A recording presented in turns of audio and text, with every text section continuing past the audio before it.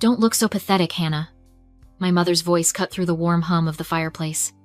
God, you are always so desperate for handouts. It is embarrassing. We were sitting in the dining room of my family's winter lodge in Aspen. Crystal glasses sparkled under the chandelier, and the smell of expensive pine filled the air. My grandfather, Arthur, had just handed out 3 envelopes. Inside mine was a check for $20,000. Before I could even process the number, my mother, Patricia, snatched it from my hand. She laughed, a sharp, brittle sound that made my stomach twist. "Oh, Dad, stop it," she said, waving the check like it was a piece of trash. "You know these are from your old closed account. Don't get their hopes up." My brother, Jacob, didn't hesitate. He wadded his check into a ball and tossed it into the roaring fire. "Good one, Grandpa," he sneered. Always with the jokes. My sister Madison giggled and did the same. I froze.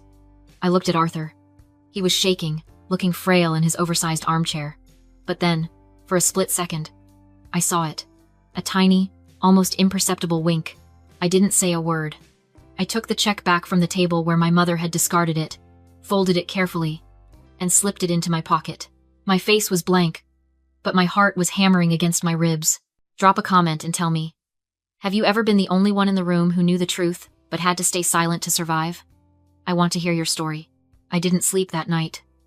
I laid the check on my nightstand and stared at it until the sun came up over the mountains, painting the snow outside a bruised purple. At 9 in the morning sharp, I walked into the local bank branch. I didn't wait in line. I walked straight to the teller, a woman named Brenda who looked like she'd seen everything, and slid the paper across the marble counter. "I need to verify this," I said. My voice was steady, but my hands were cold. Brenda adjusted her glasses. She typed. She squinted at the screen. Then she typed again.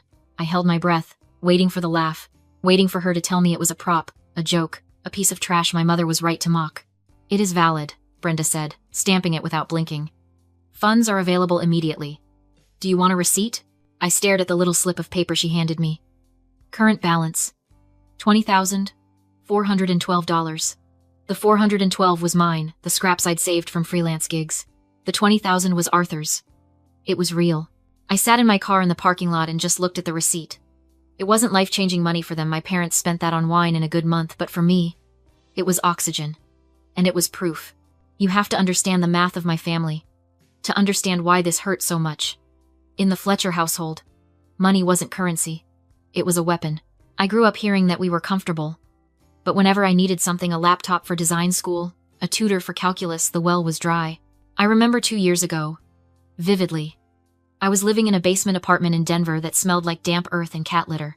I was eating instant ramen for dinner 5 nights a week because I had to pay for my own Adobe Creative Suite licenses to keep my freelance business afloat. I asked my father, Gregory, for a small loan, just $2,000 to upgrade my graphics card so I could render 3D models faster. He looked at me over his rimless glasses and sighed. "Hannah, we can't just hand out money. You need to learn the value of $1. If you can't fund your little art hobby, maybe you should get a real job." 2 days later, my brother Jacob drove up the driveway in a brand new Range Rover. $80,000. He didn't have a job. He had a concept for a tech incubator that never hatched. When I asked my mother about it, she waved me off. "It is for his image, Hannah. Jacob needs to look successful to attract investors. It is an investment. You wouldn't understand. You don't have a business mind." That phrase, "you don't have a business mind," was their favorite cage. They used it to justify everything. They told me they were holding my grandmother's trust fund, $680,000 left specifically to me, in a protected aesthetic trust, because I was too creative to manage wealth. They said they were protecting me from inflation. Sitting in that frozen car, looking at the deposit slip, the pieces clicked into place. The Range Rover, the constant vacations, the investments in Jacob's failed startups. It wasn't family money. It was my money. They weren't protecting me from inflation. They were protecting their lifestyle from my ownership. I looked at the receipt one last time. I didn't feel the relief I expected. I felt a cold, sharp clarity. They thought I was just an artist, someone who colored in the lines. They forgot that my job isn't just making things pretty. My job is noticing when a pixel is out of place. My job is seeing the structure behind the facade. And for the first time in my life, I wasn't looking at them as my parents. I was looking at them as a design flaw, and I was going to fix it. I drove straight to Arthur's estate. It wasn't the main lodge where the family was staying. It was his private residence. A smaller stone house set back in the woods, The one place my mother rarely visited because she said it smelled like old books and dog hair. The door was unlocked. I found him in his study, sitting by the window, watching the snow fall. He didn't look frail now. He looked like a man who had been waiting. "You went to the bank," he said. He didn't turn around. "It cleared," I replied, standing in the doorway. $20,000. Why? Arthur turned his chair. His eyes were sharp, blue and piercing, stripped of the foggy confusion he wore around my parents. Because I needed to know if anyone in this family still had a spine. Jacob burned his. Madison burned hers. You kept yours. He gestured to the chair opposite him. "Sit down, Hannah. We don't have much time before they realize you are gone." I sat. "The trust fund," I said.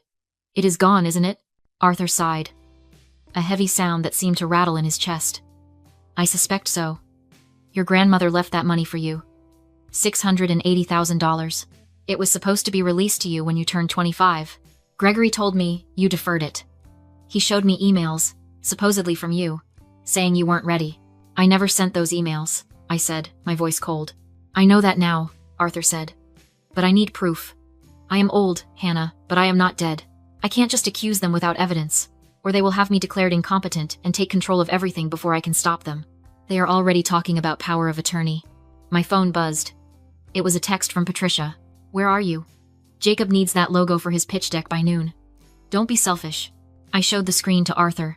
He read it and scoffed. "Selfish. That's their favorite word for you, isn't it?" "If I don't do it, they will cut me off," I said. "They pay my phone bill.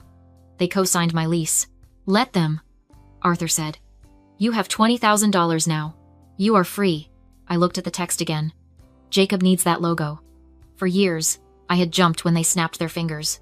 I had designed their holiday cards, their business logos, their vanity project websites, all for free. All while they told me my work was cute but not a real career. I typed a reply. "No." The response was immediate. 3 dots, dancing angrily. Then, "Excuse me? Who do you think you are talking to? You ungrateful little brat. We put a roof over your head. We feed you. You do this. Or don't bother coming to dinner." I felt a strange sensation in my chest. It wasn't fear. It wasn't guilt. It was the feeling of a heavy coat sliding off my shoulders. "I need you to do something for me," Arthur said, leaning forward. "I am going to call a meeting. I am going to tell them I want to transfer the estate early. But I need a clean financial audit of the trust fund first.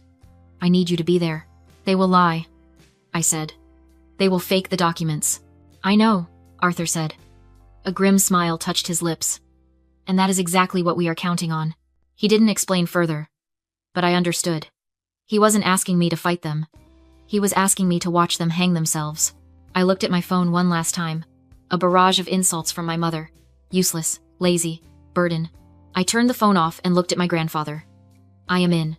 The trap was simple, and that was why it was perfect. Arthur sat at his desk, picked up the phone, and dialed my father. He put it on speaker so I could hear every word. "Gregory," Arthur said, his voice trembling just enough to sell the performance of a man losing his grip. "I have been thinking.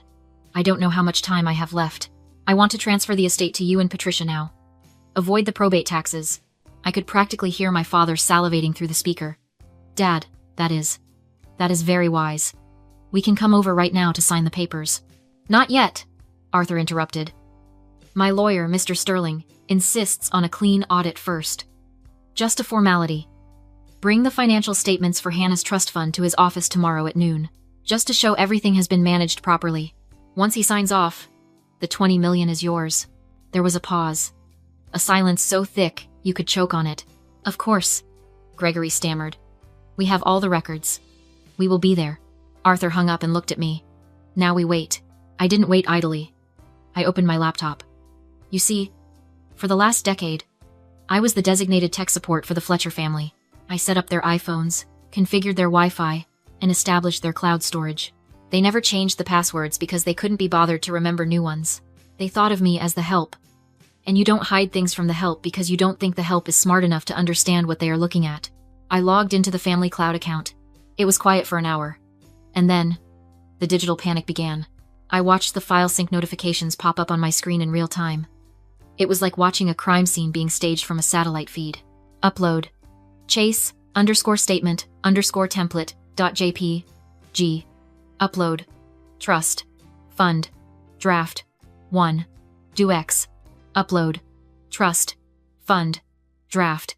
V. 2. PDF. My parents were scrambling. They didn't have the records because the money didn't exist. So they were doing the only thing they knew how to do. They were manufacturing a reality that suited them. At 11:45 at night, a final file appeared. Trust. Fund. Statement. Deck. Final. PDF. I downloaded it. I opened it. To a normal person, it looked perfect. It had the Chase Bank logo, the correct address, the official-looking layout. It showed a balance of $680,000. It looked legitimate, but I am not a normal person. I am a graphic designer. I spend 12 hours a day staring at typography and grid systems. To me, a document isn't just words on a page. It is a mathematical construct. I opened the PDF in Illustrator and zoomed in. 300%, 600%, 800%, and there it was. The arrogance of the amateur. This is what psychologists call the Dunning-Kruger effect, when incompetent people are too incompetent to realize how incompetent they are. My parents thought graphic design was just drawing pictures on a computer. They didn't respect the discipline. So they didn't know the rules. They had used the wrong font. Chase Bank uses a proprietary typeface, a specific weight of San Francisco or Helvetica, depending on the year. The numbers on this statement, specifically the balance section, were in Arial. I toggled the grid overlay. The alignment was off. The 6 and the 600,000 was floating 3 pixels higher than the dollar sign. The kerning the space between the characters was uneven. It was a copy-paste job. They had taken a screenshot of a real statement, erased the low number, and typed a high number over it using a default system font. It was sloppy. It was insulting. And it was exactly what we needed. I checked the file metadata. Created. Yesterday. 11:42 p.m. Application. Adobe Photoshop, CS6. Author. Gregory's MacBook Pro. They hadn't just lied. They had created a digital fingerprint of their crime. They were so confident in their own superiority.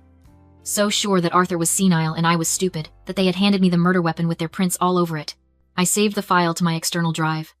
Then I saved the metadata report. I looked at Arthur. They took the bait. Did they do a good job? He asked. No, I said, closing my laptop. They used Arial. Arthur smiled. See you in the boardroom. The conference room at Sterling & Finch was designed to intimidate. It was all mahogany and glass, suspended 20 floors above downtown Denver. Outside, a blizzard was raging, turning the city into a white blur, but inside, the air was still and warm. I sat in the far corner, near the audio-visual cart. My laptop closed on my knees. Mr. Sterling, Arthur's attorney, sat at the head of the table. He was a man who spoke in billable hours, and right now, he was silent. Arthur sat to his right, looking small in his wool cardigan, his hands trembling slightly on the polished wood. At exactly noon, the heavy double doors swung open. My parents entered like they were walking onto a yacht. Patricia was wearing a floor-length fur coat that probably cost more than my entire college education. Gregory was in a bespoke suit, shaking snow from his shoulders, with an air of annoyed importance. They didn't look at me. To them, I wasn't a player in this game. I was part of the furniture, just another piece of equipment in the room. Sorry we are late, Gregory boomed, taking the seat opposite Arthur. He didn't sound sorry. He sounded like a man who had already spent the inheritance in his head. The roads are a nightmare. But we brought everything. He slid a thick, bound folder across the mahogany table. It hit the wood with a heavy thud. The full accounting, Gregory said, flashing a shark-like smile. You will be pleased, Dad. The trust fund has actually grown. It is sitting at just over $700,000. We have managed it conservatively, of course, to protect Hannah's future. Arthur didn't touch the folder. He adjusted his glasses, hands trembling just enough to sell the act. My eyes, he muttered. The numbers blur. I can summarize, Patricia said, reaching for it.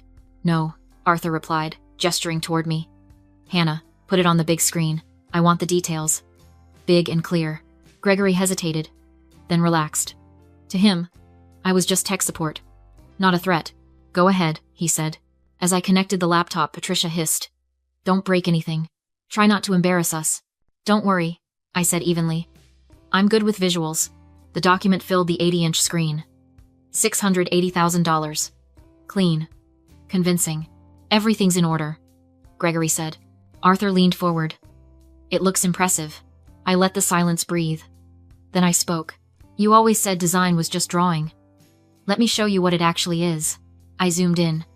The balance exploded across the wall. This 6 floats 3 pixels above the baseline, I said. That's a drag and drop error. A red grid appeared. Then blue outlines. Arial regular. I continued. Default word font. Photoshop CS6. No font library. I overlaid green text. And this is San Francisco the font Chase actually uses. Different kerning, different curves. Yours is wrong. The room froze. You didn't get this from a bank, I said. You built it. Badly. Patricia shouted. She's lying. Let's ask the file, I said. The metadata appeared. Created. Last night. Application. Adobe Photoshop CS6. Author. Gregory's MacBook Pro. My father went gray. You forged a financial document, I said. That's fraud. Patricia screamed and reached for her phone. Call them, Arthur said calmly. He sat upright now. Steady. I asked Hannah to audit the account because I knew you stole the money. I just needed proof, Gregory whispered. We borrowed it. For Jacob. Mr. Sterling opened his binder. A no contest clause, he read. Fraud voids inheritance. He closed it. You didn't just confess to stealing $680,000. You disinherited yourselves from a $20 million estate. Security escorted them out. Patricia grabbed my arm. We're your family. No, I said quietly.